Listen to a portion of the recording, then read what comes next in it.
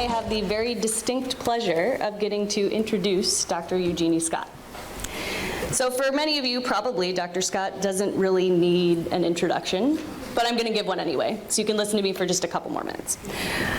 Jeannie is well known in the skeptic community for her efforts at the National Center for Science Education to oppose the teaching of creationism and climate science denial. Among other recognitions, she has received the Lifetime Achievement Award from the Committee for Skeptical Inquiry and the Skeptic of the Year Award from the Skeptic Society. Asteroid 149540, Eugenie Scott, has been named after her. Wow. And she promises it's not aimed at the Earth. Today, in her talk, she's going back to her roots as a biological anthropologist who taught the subject of human variation and race at the university level for many years. Please welcome Eugenie Scott to speak on the science and pseudoscience of race. Good morning, and thank you, Lauren, very much. As Lauren said, when I was a college professor, I taught a course for many years called Human Variation and Race. And much of what I'm going to be talking about this morning reflects the perspective of physical or biological anthropology.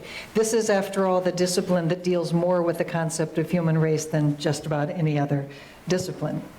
But the concept of race is a biological concept. It's used by many biologists under certain research conditions. It is a useful term to study certain problems in biology. Yet it's the issue of human races that causes the most trouble. But the topic of race within biology itself, even when applied to non-humans, is problematic. Bioanthropologists and other biologists tend not to use the word race, even for those research problems where carefully defined it might be appropriate. It's for the same reason, quite honestly, that I don't use the word theory when I talk about science in the general public. I talk about explanations, scientific explanations. I don't use the T word because what the public hears when I say theory is not what I mean as a scientist. Similarly, the word race to a biologist or to a biological anthropologist is not what the public hears. So we're better off not using it, using a term like population or group. So what is race? Well, in 1924, Virginia passed the Racial Integrity Act. This was intended to prevent non-whites from attending white schools. No one with any degree of racial admixture could be considered white and therefore go to the public schools. This is the one-drop rule, as they called it. But this ran into problems. Many prominent Virginians reckoned some ancestry from Pocahontas. So the Pocahontas rule was invoked to allow up to 1/16 of Indian ancestry, but no other non-white ancestry was allowed. So what does it mean to be white? These are Pamunkey Indians who have a reservation that goes back to 1646 in the state of Virginia. They have recently been recognized by the federal government as an Indian tribe, and this comes with a number of educational and medical and other advantages. You can have casinos, you can cigarette taxes and liquor taxes. There's a number of things that are useful about being a recognized Indian tribe. They don't appear to have any linguistic or cultural association with any other American Indian group. The Congressional Black Caucus objected to their receiving this federal recognition because the Pamunkey Constitution until 2012 forbade any enrolled member of the tribe from intermarriage with African Americans. They would kick you out of the tribe for that. These are Lumbees. Lumbees are a large group of over 50,000 people in Robeson County, North Carolina, who are currently seeking federal recognition as an Indian tribe. They claim to be descendants of the Cherokee tribe and have been recognized by the state of North Carolina as Indians since 1885. They were previously classified as, quote, free persons of color. Now, although there are some claims for a Lumbee dialect of Southern English, there are no linguistic connections to Indian languages, nor rituals or any other cultural connections. There's a fascinating history of groups like the Lumbees and Pamunkeys, mostly through the southeast and southern United States, some in the Midwest. They're usually small populations, unlike the Lumbees, who are rather large, most of whom date back to the 19th century and some even earlier. Their ancestors often settled in frontier areas and consisted of escaped slaves and white settlers with some American Indian ancestry, what geneticists have called triracial isolates. After the Civil War, and given the problems with Reconstruction and Jim Crow laws, many of them, the vast majority of them, claimed to be white, or as with the Pamunkey and Lumbees, they claimed to be Indian. So what does it mean to be Indian? Walter Francis White was the head of the NAACP from the 1930s to the 1950s and was a prominent and effective civil rights leader. He was blue-eyed, blonde-haired, and had fair skin. Both of his parents had been born just before the Civil War and had been born into slavery. He wrote, quote, "I am a Negro. My skin is white, my eyes are blue, my hair is blonde. The traits of my race are nowhere visible upon me." He was able to use his appearance to go undercover to research lynchings, race riots, and racial murders. Rachel Dolezal was head of the Spokane NAACP in 2014 and 2015. She also has blue eyes and blonde hair and fair skin. Police conducted a background check after numerous unsubstantiated complaints she had made about racial harassment and discovered that her parents were both white. Mrs. Dolezal's parents claimed Swedish, German, and Czech ancestry. Several African American organizations criticized Ms. Dolezal of engaging in blackface. So what does it mean to be black? The United States Census categories include race, and white, black, Native American, and so forth. They also include ethnicity, in this example, Hispanic and non-Hispanic. By the way, an example of a black Hispanic is Soledad O'Brien's mother, who's an Afro-Cuban. So what does it mean for Rachel Dolezal or Walter Francis White to be African American? What does it mean to be Indian? What does it mean to be white? Can you decide to be a member of a race? What do Americans mean when they talk about race? Is it biological? Is it national? Is it linguistic? Is it cultural? I once, actually several times, asked freshman anthropology classes to give me examples of races. Students would give me colors, black, white, yellow. They'd give me geographies, Caucasian, African, Asian. They'd also write some curious comments like intelligent or criminal, and the ever popular human. More than once, students wrote down Christian. I think it's pretty safe to say that the word race is not well defined. It means a lot of different things to different people. From these examples and others, race includes many features, some of them contradictory. Included are biology, cultural, national origin, social classifications, and even religious differences. I don't have 15 weeks, I have 50 minutes. I'm going to have to make this briefer. So I'm going to concentrate today on the biological issues. This is not to say that the cultural and social issues are unimportant. Arguably, if race is nothing else, it is cultural and social. But first, let's turn to biology. The common understanding of race is that it's got something to do with biology. Races are thought to be types of people that differ in appearance, skin color, but also other physical features like the constellation of features that make up the face, eye shape, nose shape, the degree of prognathism or extension of the face below the eyes, and so forth. But also things like body proportions. The Inuit from northern Canada and Nilots from Sudan have quite different proportions of legs and arms to the torso, for example. Human beings certainly do vary. They vary from individual to individual, and the question is, do populations of humans vary as well, and in what way? Well, obviously, populations of human beings vary as well, but it all depends on how you delimit them. Race is also thought of as having something to do with geography. In fact, geography is baked into our definitions and our use of the word race. We talk about Africans or Caucasians or American Indians or Pacific Islanders. This map from the United States Census reflects a if you will, a pre-1492 map of human groups.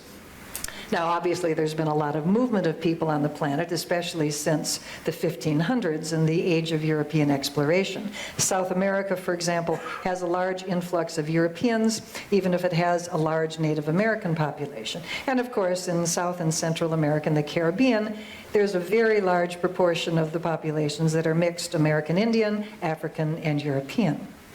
Yet, even with all the population movement that has taken place since the 1500s, most people would recognize these continental races, as they're sometimes called. Now, of course, these are not homogeneous. West Africans look quite different from Africans from the Horn of Africa, look quite different from Africans in North Africa above the Sahara. But these groupings would also reflect geography. So most Americans associate race with geography in some fashion or another.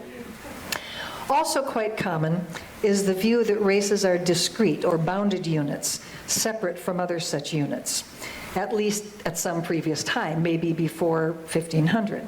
There's also the assumption that races are unchanging, that they are stable or permanent entities. It assumes that if you saw Africans 1,000 or 5,000 years ago, they would look pretty much like Africans today. Europeans have always looked like Europeans, and so forth. Race is also thought of as being a characteristic of individuals, that most Americans think individuals can be placed into one race or another. Related to the idea of races being discrete units is the idea that races on some level are viewed as being pure, that they are unmixed. Many people rank races as superior or advanced versus backward and inferior. This idea of the ranking of races, I believe, started with a medieval idea called the Great Chain of Being. All of nature was thought to be rankable, from minerals through animals to humans to angels to God.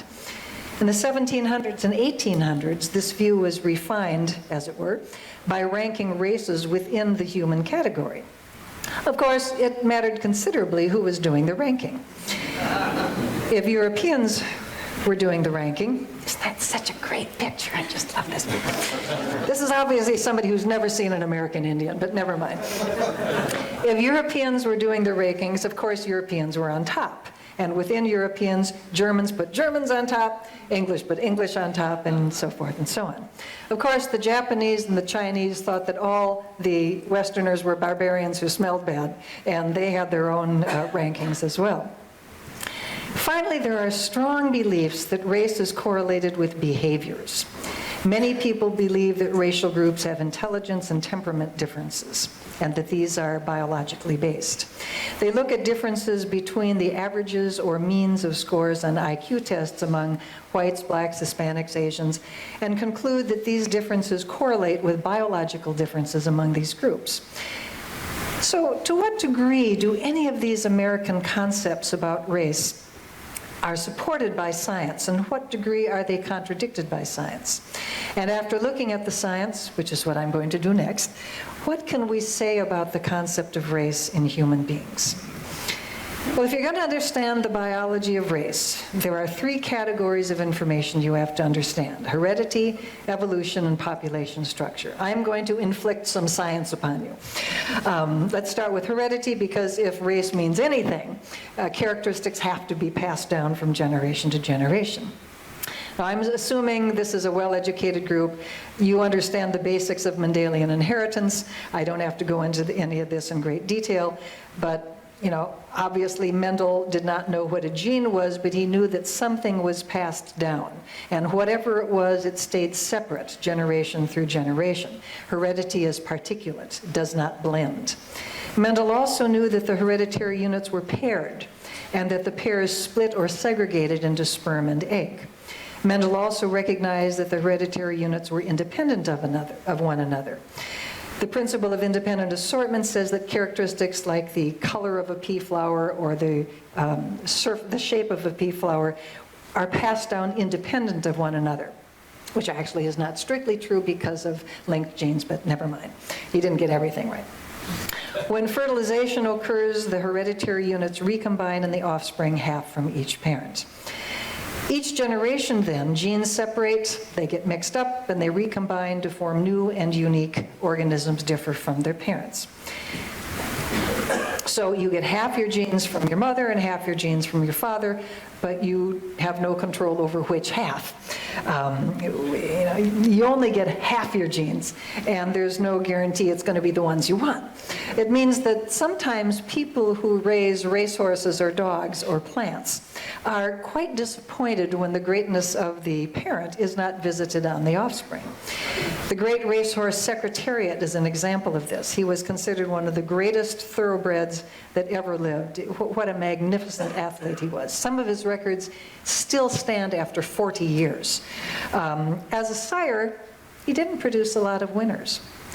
Interesting, his daughters mothered a lot of fast horses, such is the nature of genetic roulette.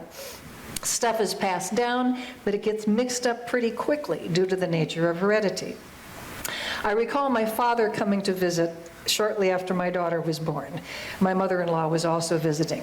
When Carrie started crying, my dad quipped to my mother, "Those are your 25%. Carrie has half my genes, and I have half my father's genes, half my mother's genes. That means my daughter's genes are 25% from each of her 4 grandparents. Similarly, your grandchild will carry 25% of your genes. Your great-grandchildren will carry only 12.5% of your genes. Your great-great-grandchildren will carry only 6.25% of your genes. And by the time you get down to your 3rd great-grandchild, you're talking about only 3% of your genes getting through. So just from the nature of heredity, just from simple genetics, the notion that there's going to be any stability or purity of biology through time is just not going to happen. It's not something you'd expect, and it's not something you get. Heredity is dynamic, but genes are only part of it. What we observe in people, animals, or plants is called the phenotype. These 2 animals have a lot of similarity in coat pattern, but the genes that produce the calico coat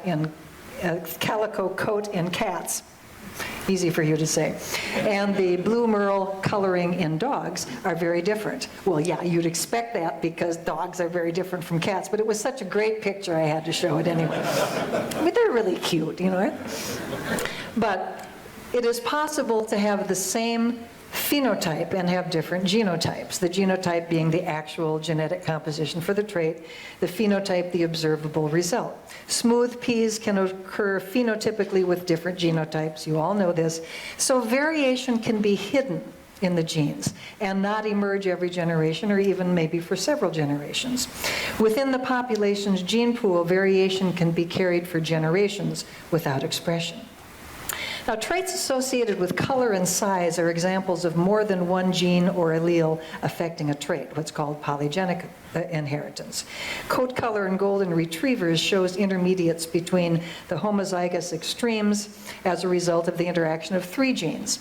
Actually, golden retrievers have the same genes for coat color as black labs, but they have 2 other genes that their effects added together provide this very, very pale coat versus down to the dark mahogany coat. Human skin color is also polygenic, with several genes affecting melanin production and expression, and other genes that affect reddish qualities to the phenotype.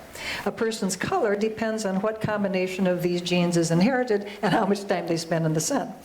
I once spent a couple of summers on the Hopi Indian reservation, and one of our my husband and my friends was a Hopi man who worked indoors.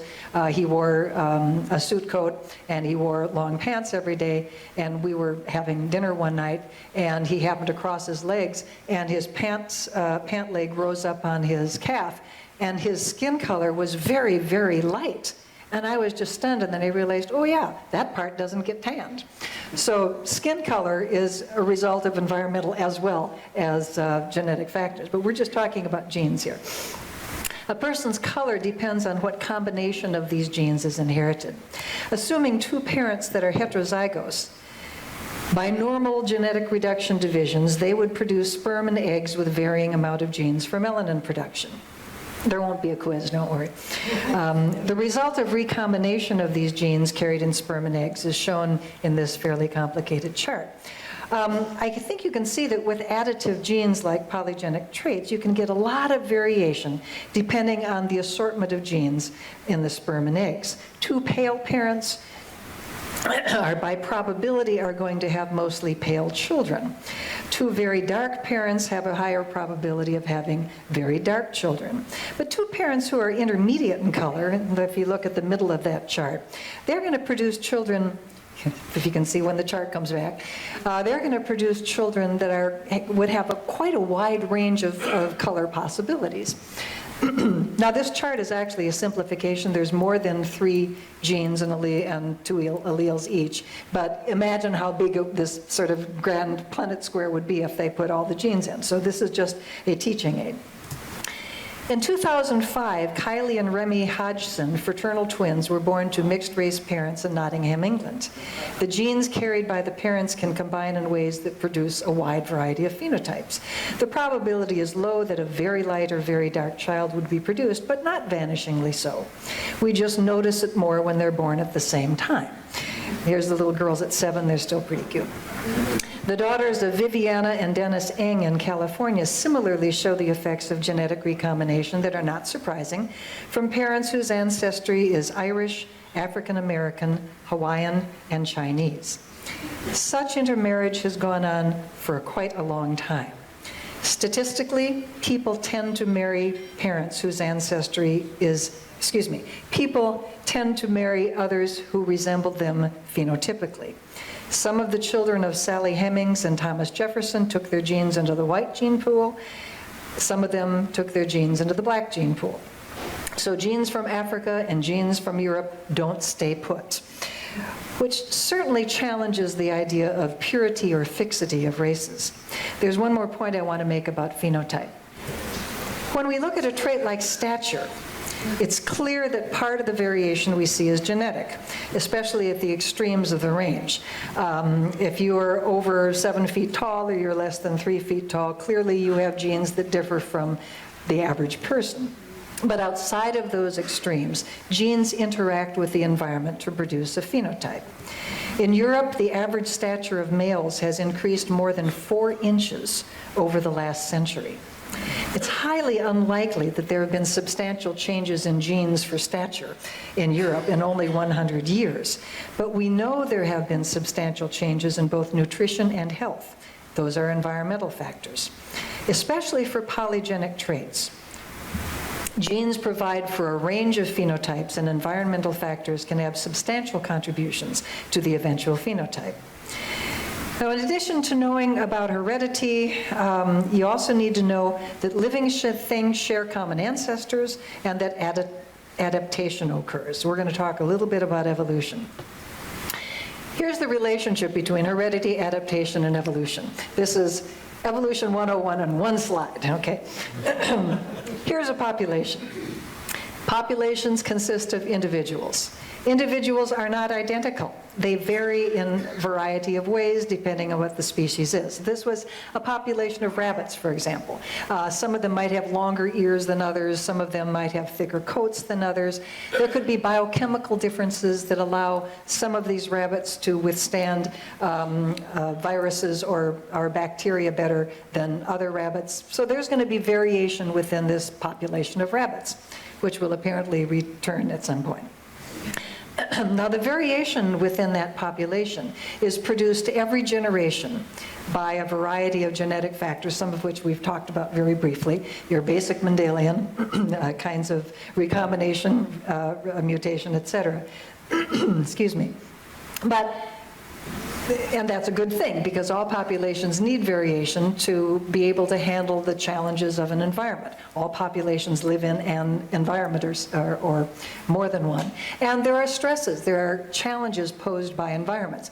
Heat or cold or altitude or dampness or dryness or diseases or predation. So there's all kinds of pressures that act upon any population of organisms.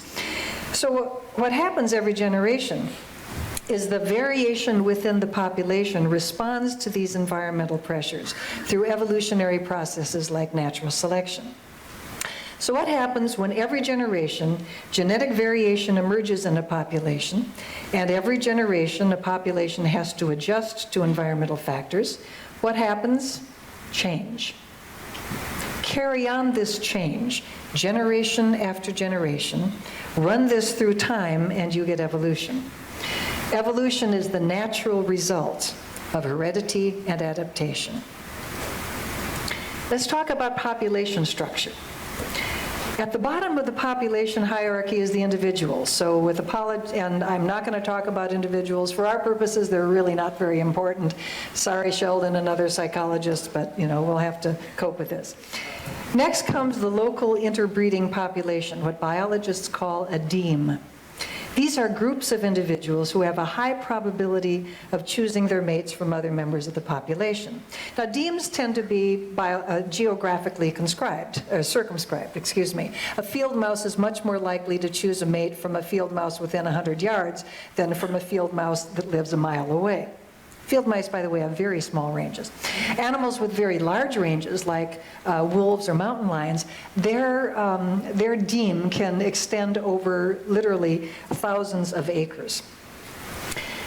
Sometimes the geography, though, is on your side. If you are a biologist and you're studying a population of frogs on a peninsula that's surrounded by water, you got your deme. But generally speaking, it's really hard to circumscribe where a deme begins and ends because, of course, they're open genetic groups, and individuals will move in and out of demes. So a deme is not a crisp category by any stretch of the imagination. So not all demes are definable, and not all individuals can be placed into a deme. A subspecies or race, in the biological sense, is a group of demes sharing a geographic area and sharing phenotypic characteristics. If you are a birder, if you are a bird watcher, you hear a lot about races and subspecies because they talk about them all the time. Peregrine falcons belong to the species Falcus peregrinus, and in North America they're divided into 3 subspecies. They're in different geographic areas, they differ phenotypically, they can interbreed because they're all part of the same species, but they don't interbreed because generally speaking most of the time they don't have overlapping ranges. Hartebeests, giraffes, wolves, wild turkeys, lots and lots of species of animals form subspecies over their ranges. Let's talk about species. A species consists of all of the organisms that can produce viable, fertile offspring. So demes and subspecies and individual comprise species. Now, usually it's pretty easy to tell species apart. They're quite different and they don't interbreed. There are a lot of good species. Cats don't interbreed with dogs, and much as it pains me to say it, there is no crocoduck. But it's not always easy to identify a species if that definition is viable, fertile offspring. Horses and donkeys can breed and produce viable offspring, but we still classify them as separate species because mules are sterile.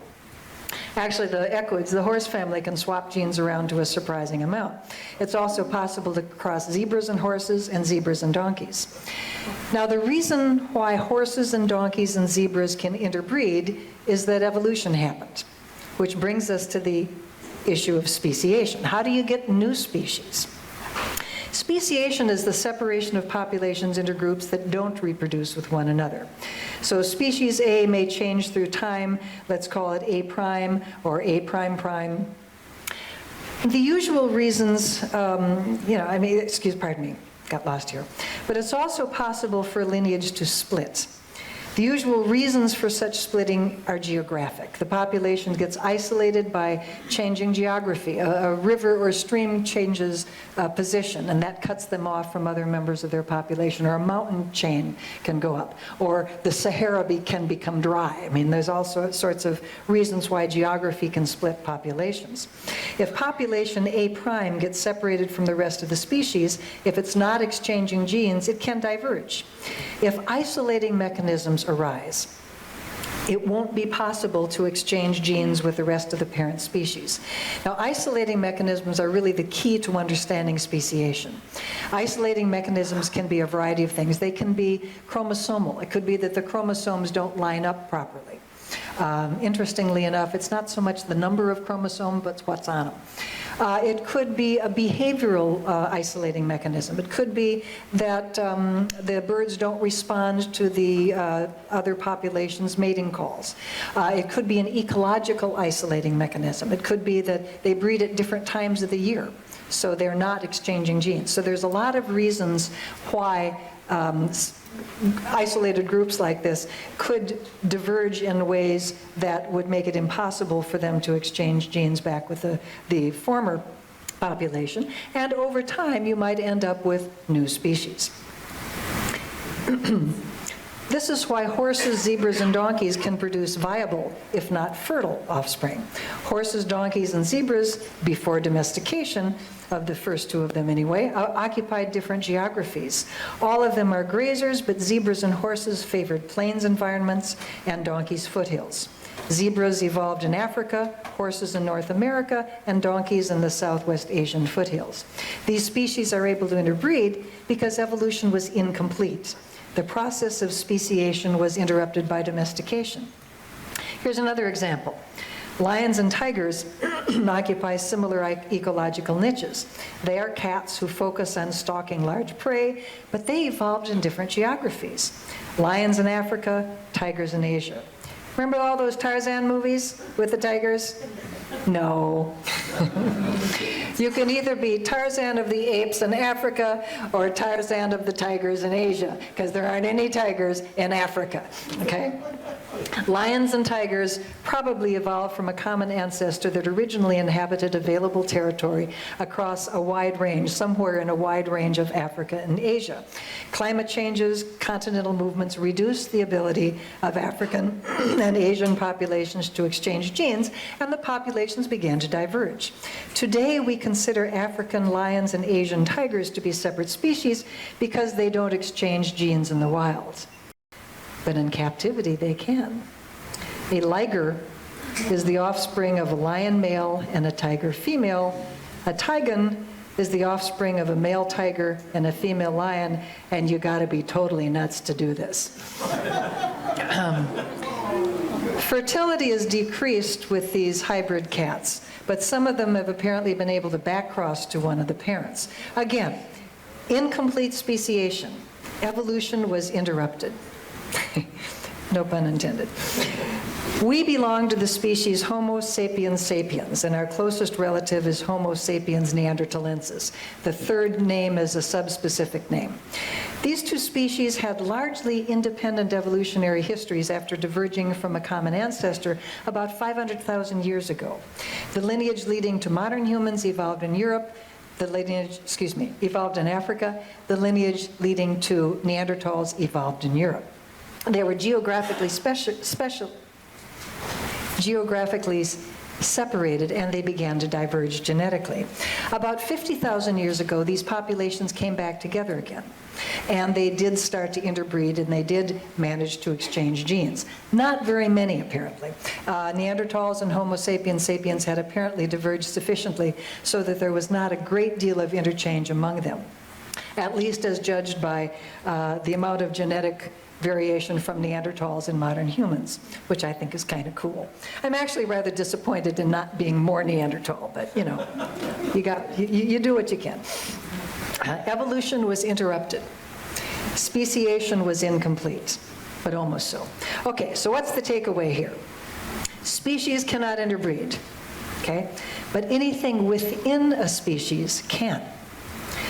The big ovals are subspecies within a species. The little hearts are demes in a subspecies. Well, we're talking about sex, right? So, you know, I'm going to use little hearts. I was thinking of using stars, but not everybody has great sex. And anyway, the pornography talk is later on. So, you know, okay. Demes within a common geographic range are more likely to exchange genes, just because of propinquity. That's a no-brainer. But because subspecies are open genetic systems, members of demes from different subspecies can interbreed and share genes, and do. Now, it's more likely that subspecies on the margins of the ranges of a subspecies are going to interbreed because subspecies do have this geographical component to them. Peregrine subspecies in Alaska are more likely to exchange genes than they are to exchange genes with peregrine subspecies in British Columbia, just because they live more closely together. Now, note also that not all demes can be placed into a subspecies. Subspecies, you remember, are rather arbitrary geographical groupings, and not all demes show the geographical and morphological similarity we associate with a subspecies. Okay, here's what you have to remember. Anything below the level of a species is an open genetic system. The large hearts represent demes, the small hearts represent individuals. Here's where we really get into never mind. By definition, individuals within the local breeding population can and do interbreed. And because demes are open genetic systems, members of demes can breed with and exchange genes with members of other groups. Anything below the level of species is an open genetic system. Stuff is going to pass around. One more concept relevant to the understanding of race from a scientific point of view. Again, populations, geography, and genes. And that's the question of how are genetic traits distributed across a geographical area. A very common pattern is clinal variation. And a cline is a gradient of a trait across a geographical area. One of the best known clines or gradients is that of skin color in Eurasia, which decreases with distance from the equator. And of course, this is related to ultraviolet radiation, and it's a real challenge at the equator. People have dark skin near the equator as a way of protecting their skin against UV radiation. The further you get from the equator, the less the UV radiation challenge, but also the greater the challenge of getting enough vitamin D. And one of the sources of vitamin D is through your skin. Your skin can manufacture vitamin D through the efforts of sunlight. So there's this gradient of skin color in Eurasia. But notice that there's not a sharp border between these shades, if you will. It's a continuous distribution. Here's another clinal distribution, another gradient over a geographical area, type B of the ABO blood group in Europe. The highest frequencies of type B blood are in Central Asia, and they decline the closer you get to Western Europe. This may be a reflection of the invasion of Europe by Central Asians in the Middle Ages and beyond. I mean, people do leave their genes behind, right? You notice that the cline in skin color, which goes north and south, doesn't match the cline in blood group, which goes east and west. They are discordant. Human variation doesn't take the form of discontinuous populations that vary from others. Because of heredity and evolution, the genetic traits of populations usually are distributed clinally. Discordance of traits occurs so often that biologists get kind of suspicious of the race concept. How can you have a bounded group if the traits characterizing the group don't vary together? Okay, what does all this tell us about the concept of race? It tells us that a lot of the things we thought about race aren't supported by science. Let's go back to that list that we started out with. There certainly are biological differences between individual human beings and even among groups of humans. If you parachuted into Nairobi, you would know you did not parachute into Tenochtitlan, right? Y'all know where that is, right? Mesoamerica, Aztecs? Okay.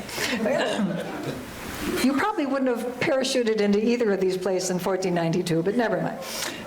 It's just an example. Similarly, human variation has geographical components as well. And again, think 1492. The frequencies of various blood groups, and again, this is B in the ABO group, they differ strongly by geography, and this reflects evolutionary principles of migration, founder effect, and natural selection. But is this geographic human variation organized into something we can call races? Not if race means what most people think it means. Are races discrete entities, Are races bounded groups? Well, the notion that races are discrete groupings is an artifact of looking only at the nodes and not at the continua of biological variation. Most African Americans are descended from people who came here from a relatively restricted area of West Africa in the 1700s and 1800s. Most Asian Americans are descended from people who came here from East Asia during the 1800s and 1900s. Most European Americans come from Europe, which is, after all, a rather small proportion of the Eurasian landmass. So this idea that we have in this country of 3 major races is partly a sampling problem. We're sampling nodes where the reality is human variation is distributed continuously, not discretely. Here's another way to think about it. If races were discrete entities, geographically limited groups of demes, then over a wide geographic area, we should see discrete clusters of variation. Race A gives way to race B, gives way to race C, et cetera, et cetera.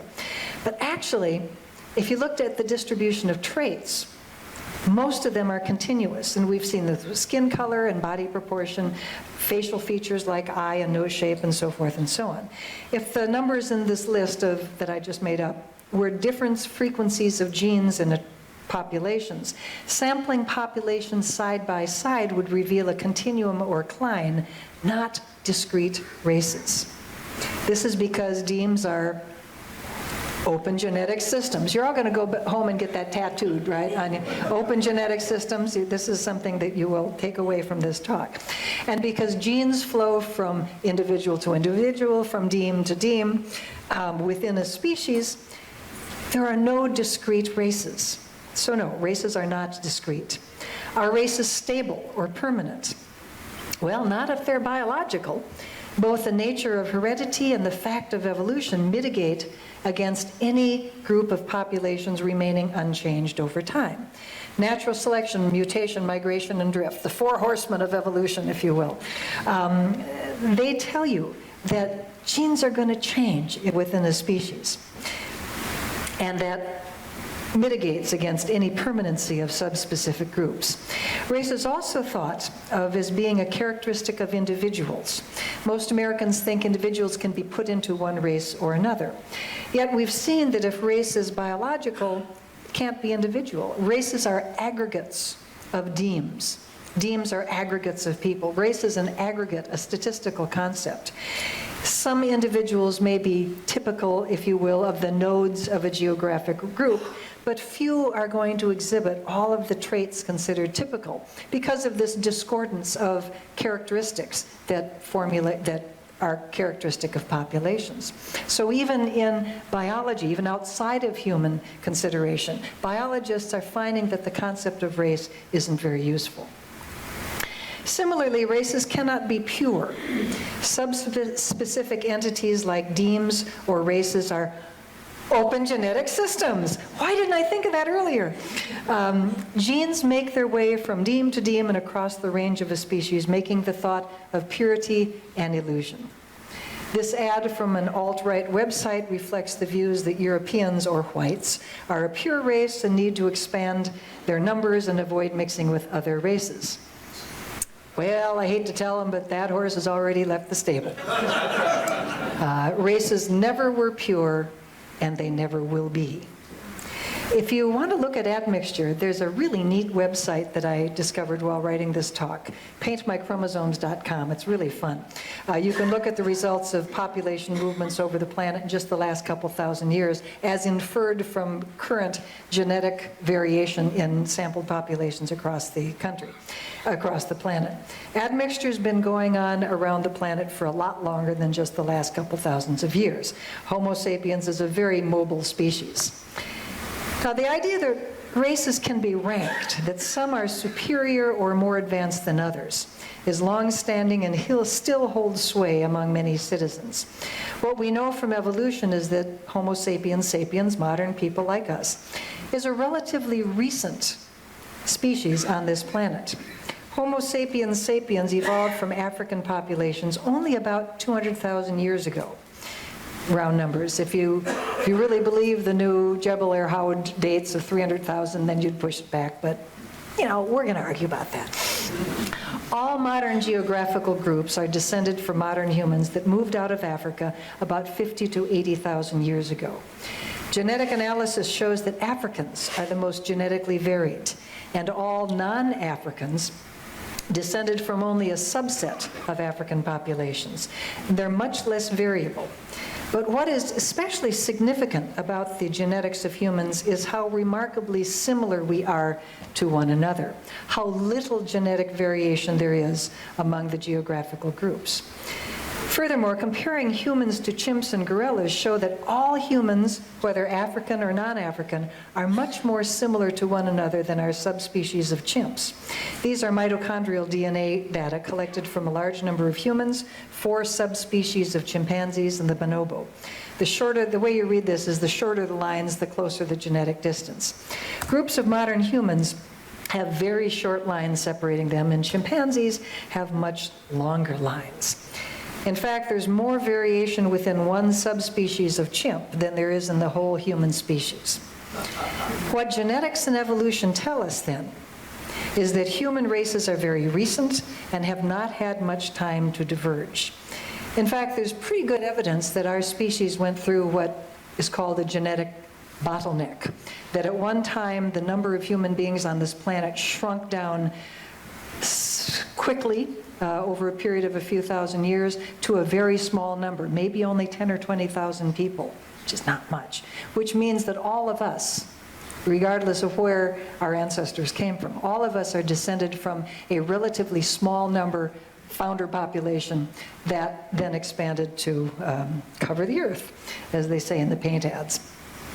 Human races are genetically so similar to one another, it's virtually impossible to tell us apart if all you had was a genetic scan. Finally, the most contentious point. Are races correlated with behavior? This is worth 15 weeks alone, much less the last couple of minutes of a talk, and apologies for not spending more time on a very important topic, but that's the way it is. Let me at least give you a couple of ways to think about this issue of race and behavior, because claims are made that simply are not biologically warranted. Individuals, yes, differ in their intellectual ability. Raise your hand if you know somebody smarter than you are. Okay. Notice I didn't say raise your hand if you know somebody duller than you are, because we were all much too, we're all much too kind to say things like, yeah, individuals differ in various central nervous system traits, if you will. But what characterizes an individual is not automatically scalable to a deme, and certainly not scalable to a race. These are very different phenomena, and they are different statistically, biologically, and many other ways. Another way of thinking about race and behavior is that we know that behaviors are phenotypes. Phenotypes consist of the genes plus the environment. We know from the study of traits like stature that very large phenotypic changes can be brought about by environmental changes, and we know this is the case with behavioral phenotypes as well. The differences between American populations and average IQ test score or in other intellectual tests cannot be ascribed to differences in biological differences, given the huge environmental differences that already exist and that we know exist from our living in society that we do. What can we conclude then about the science and pseudoscience of race? Well, most of what people think about race is not supported by science and is based upon pre-scientific or pseudoscientific beliefs. These biological similarities have some geographic reality, but not in the sense of race as most people think of it. Races as biological entities are not discrete or bounded groupings. Races as biological entities are not stable or permanent. Races as biological entities are not individual phenomena, but aggregate phenomena. Races as biological entities are not pure. Races as biological entities cannot be ranked, and races as biological entities do not have behavioral correlates. What then are we left with? Well, biological differences certainly occur. They occur between individuals and, in a limited sense, between some groups of individuals in different geographical areas. Only if you are sampling biological variation from geologically distant populations do these geographical differences appear. If you sample adjacent populations, the variation is continuous. Therefore, race, as most people think of the term, doesn't exist. So how should we think about race then if it's not a successful biological concept? Races definitely are real when it comes to American society and culture. The persistent socioeconomic differences among African Americans, whites, Latinos, Asian Americans, and American Indians have their roots in belief about the existence of race and its significance for everything from schooling to who gets hired for a job, who can marry whom, who can borrow money to start a business, to who gets to use government programs. Take a look at the history of the redlining of African Americans after the Second World War, trying to buy a home on the GI Bill. Lots of examples of systematic bias, to just about every component of our society. Race as a social construct is very real, and an issue that Americans need to deal with, I hope, better than we have in the last 400 years on this continent. So yes, we do need to collect census and other data using race as a variable, but everyone should be clear that we're not dealing with a real biological entity, but the nonetheless critical, important social one. And I would hope that we would work to dispel the pseudoscience associated with race, purity, superiority and inferiority, stability, etc. Because again, in our society, such beliefs matter. Thank you for your attention.